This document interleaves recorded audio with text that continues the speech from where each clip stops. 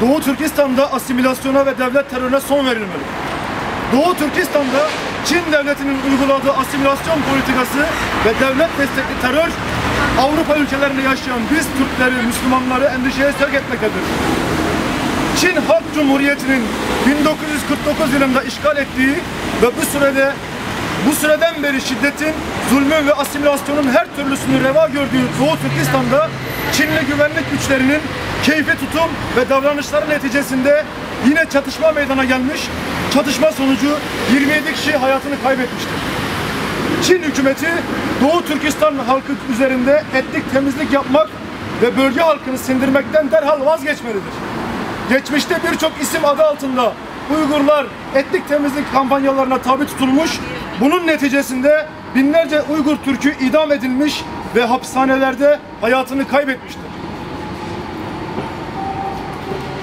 Yerel yöneticilerin, özellikle güvenlik güçlerinin Han Çinlisi olmayan unsurlara yönelik sergiledikleri haksızlık ve aşağılama gibi hakaretimsi davranışlardan ve bu keyfi baskılardan kaynaklanan olayların tüm bölgeye yayılacağı endişesi içindeyiz.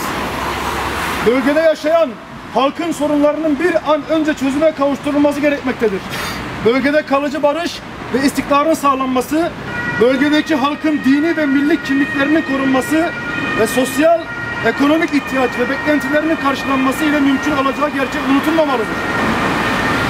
Avrupa Türk İslam Birliği olarak Pekin yönetiminin Doğu Türkistan halkının hak ve hukuklarına saygı göstermeye davet ediyoruz. Ayrıca başta Türkiye olmak üzere Birleşmiş Milletleri, Türk Cumhuriyetlerini, İslam Konferansı'nı arabuluculuk girişiminde bulunmasını bekliyoruz. Doğu Türkistan'ın Turfan şehrinde vuku bulan çatışma ne yazık ki geçmişte yaşanan kötü olayların yeniden başlayabileceğinin endişesini akıllarımıza getirmektedir. 2009 yılında Urumçi'de olanlar buna en yakın ve en basit örnek olarak durmaktadır. Şiddet ve şiddetin her türlüsünden uzak durma gayretinde olan Uygurlar, Çin'in amansız ve acımasız politikaları nedeniyle yaşam mücadelesi vermektedir. Çin devletinin ve özellikle Doğu Türkistan'da Komünist Parti tarafından seçilerek göreve getirilen kişilerin şahsi tutumları neticesinde Doğu Türkistan'da yaşanan huzursuzluk gün geçerek artmaktadır. Güvenlik güçlerinden başlayarak devletin her kademesinde keyfi tutum ve uygulamalar bölge halkında zaman zaman istenmeyen infial ve neticesinde şiddet eylemlerine neden olmaktadır.